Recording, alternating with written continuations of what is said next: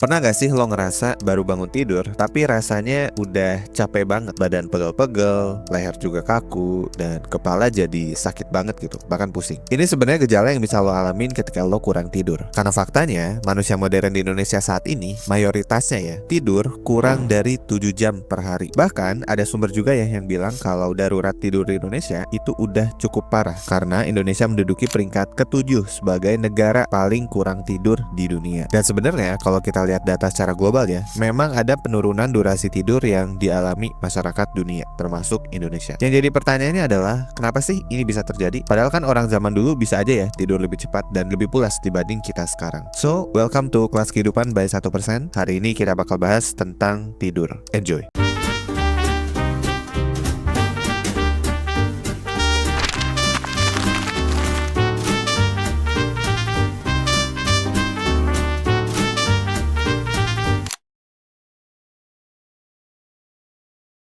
Banyak orang yang percaya kalau penyebab utama orang susah tidur di zaman sekarang itu adalah handphone atau smartphone. Katanya, HP itu bisa mengeluarkan radiasi atau blue light yang menghambat produksi hormon melatonin ya, atau zat yang bikin kita ngantuk. Nah, masalahnya, narasi tentang blue light itu sering banget dilebih-lebihkan. Karena kalau lo lihat riset ini, screen time 1 jam sebelum tidur itu cuma menunda waktu tidur sekitar 13,2 menit. Jadi, kalau lo main HP 1 jam, habis itu lo matiin dan tidur, lo itu baru benar-benar bisa tidur itu setelah 13 menit berikutnya. Nah, kalau problem lo susah tidur itu sampai jam 3 pagi, ya gak bisa sih kita nyalahin sepenuhnya ke si radiasi HP itu. Karena ya screen time itu emang bisa bikin kualitas tidur kita buruk, tapi bukan penyebab satu-satunya lo mengalami gangguan tidur. Penyebab utama kenapa kualitas tidur orang-orang itu jadi gak terlalu bagus ya, itu lebih ke arah psikososial dan juga masalah sistemik. Kita coba bahas satu-satunya. Yang pertama, ada yang namanya sleep displacement. Simpelnya, lo main gadget secara sadar pas malam, yang mana itu harusnya tuh waktu lo buat tidur. Jadi,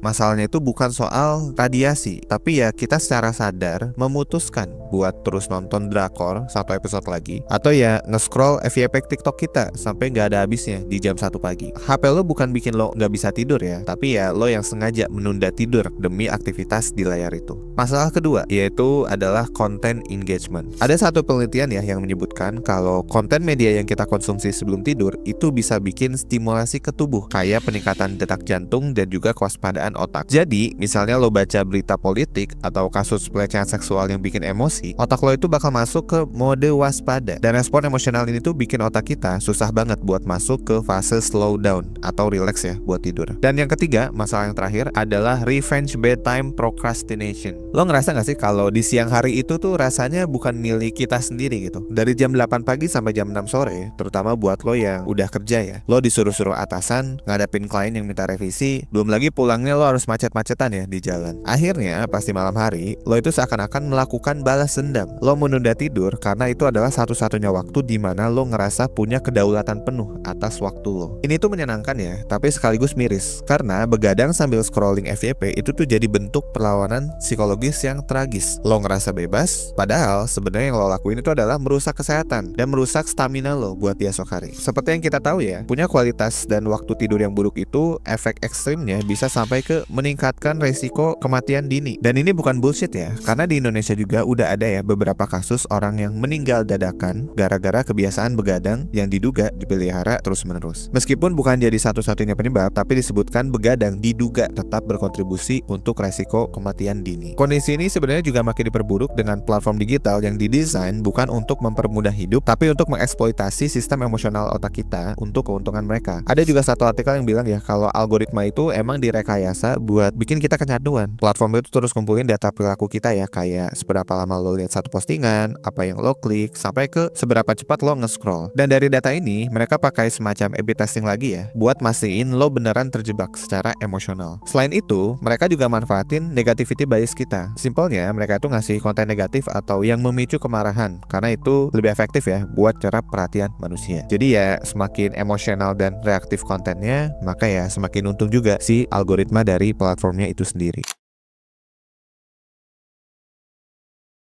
Ketika lo udah sadar bahaya kurang tidur dan kesalahan penggunaan HP secara sadar yang mengorbankan waktu tidur, mungkin ada beberapa orang yang akhirnya mulai tertarik buat coba memperbaiki waktu dan juga kualitas tidurnya. That's why banyak orang yang ngira pakai aromaterapi atau minum teh herbal itu bakal otomatis bikin relax dan bisa ngantuk gitu. Tapi lo pernah gak sih ngerasa udah effort segitunya ya buat tidur, otak lo itu malah makin seger dan susah buat merem. Nah, ini tuh ada teorinya dan disebut sebagai ironic process theory. Dan simpelnya, makin kita effort buat menekan suatu pikiran atau mencapai kondisi mental tertentu, seringkali kita itu malah menghasilkan efek sebaliknya. Dan fenomena itu bisa terjadi karena di dalam otak kita ada dua sistem yang sebenarnya tuh lagi berantem. Yang pertama ada sistem operasi ya, yang tugasnya itu nyari kondisi rileks atau sadar. Yang kedua adalah sistem pemantauan, yang tugasnya itu otomatis nyari tanda-tanda kegagalan tidur. Jadi pas lo stres atau ngerasa harus segera tidur, sistem pemantauan ini tuh jadi sangat sensitif dan terus ngirim sinyal kalau lo itu masih bangun, yang secara ironis justru bikin lo itu makin terjaga atau mengalami yang namanya hyper arousal. Ngomongin default soal tidur ini juga akan berhubungan dengan masalah yang namanya ortosomnia. Banyak orang yang punya obsesi gak sehat ya untuk bisa tidur dengan sempurna. Cara tidurnya itu dioptimalkan pakai teknologi ya, kayak smartwatch atau sleep tracker buat dapat data tidur yang sempurna. Dan ironisnya, terkadang alat yang harusnya bisa bantu kita tidur itu malah jadi penyebab utama insomnia yang baru. Begitu perangkat lo nunjukin kalau skor tidur lo itu rendah, atau data itu nunjukin ya kalau tidur lo itu kurang nyenyak, lo malah ngalamin kecemasan performa. Lo stres ya karena data tidurnya jelek, dan stres itu yang bikin lo makin susah tidur di malam berikutnya. Kondisi ini juga diperparah dengan adanya fenomena condition arousal. Sebelum tidur, lo ngerasa gak sih kalau lo itu suka overthinking, apalagi di jam-jam rawan ya, kayak tengah malam. Nah, bagi banyak orang modern, tempat tidur gak lagi diasosiasikan dengan tempat istirahat, tapi tempat tidur itu udah jadi tempat stres, frustrasi, dan juga arena berantem sama pikiran sendiri. Tempat tidur itu jadi arena yang dimana kita secara gak sadar berlatih buat tetap waspada. Jadi intinya, semakin lo terobsesi mengendalikan tidur lewat paksaan mental, itu lo justru sedang menjauh dari kualitas tidur itu sendiri. Nah, terus pertanyaannya, gimana nih caranya kita bisa ngembaliin siklus tidur yang sehat lagi ya tanpa paksaan mental? Nah, kita akan coba bahas di chapter berikutnya.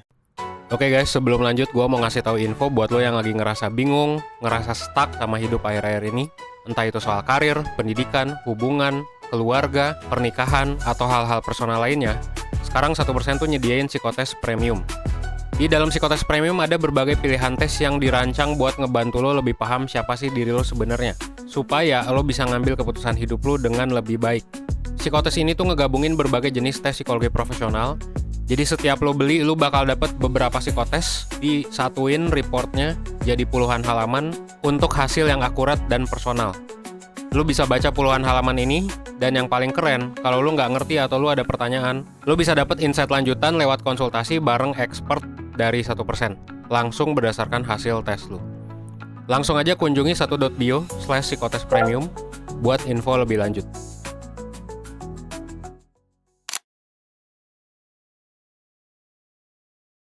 Gue sebelumnya sempat nonton satu video yang cukup insightful ya tentang tidur, dan di video ini gue bakal coba tarik ya beberapa insight menarik dari seorang sleep coach kalau lo mau mengembalikan siklus tidur lo lagi secara normal. Tips pertama, kenali standar tidur yang normal. Untuk orang dewasa, waktu tidur yang baik itu bukan saklek di 8 jam sehari ya, tapi sebaiknya tidur itu di rentang 7-9 jam sehari, dan kalau bisa jangan kurang dari 6 jam. Mungkin ada orang yang ngerasa kalau mereka kurang tidur aja, tubuh mereka itu masih seger. Nah, masalahnya gak banyak orang yang aware kalau yang dipulihkan dari tidur itu bukan cuma fisik aja, tapi juga emosional dan kapasitas mental. Kedua aspek ini butuh waktu yang lama buat pulih, dan idealnya 7-9 jam dalam sehari. Yang kedua, kenali jadwal biologis lo. Setiap orang itu punya jadwal biologis yang unik atau disebut dengan chronotype. Jadi, jadwal ini itu bisa dipengaruhi oleh genetik dan juga usia. Ada yang tipe morning person, intermediate, dan juga night owl. Nah, setiap tipe itu punya jadwal tidur yang alami, yang kalau diikuti, kualitas tidur lo itu bisa lebih optimal. Buat lebih lengkapnya, lo bisa coba cek tabel yang di layar aja ya, terus pause dan bisa coba refleksi ya, kira-kira lo itu tipenya yang mana. Jadi kalau misalnya lo morning person yang bangun jam 6 pagi terus udah harus siap-siap aktivitas, ya sebaiknya lo tidur antara jam 9 malam sampai jam 10 malam biar tidur lo berkualitas. Cuma khusus buat night owl, ini jangan sampai salah kaprah juga ya. Seringkali orang ngerasa insomnia cuma karena mereka memaksa badan tidur di jam yang gak sesuai dengan chronotype. Kalau misalnya lo memilih tidur di atas jam 2 pagi, itu bukan lagi chronotype, itu dikategorikan sebagai begadang. begadang. Ya, jadi beda ya antara lo night owl dan lo memutuskan buat begadang. Tips ketiga, formula tidur 3+1.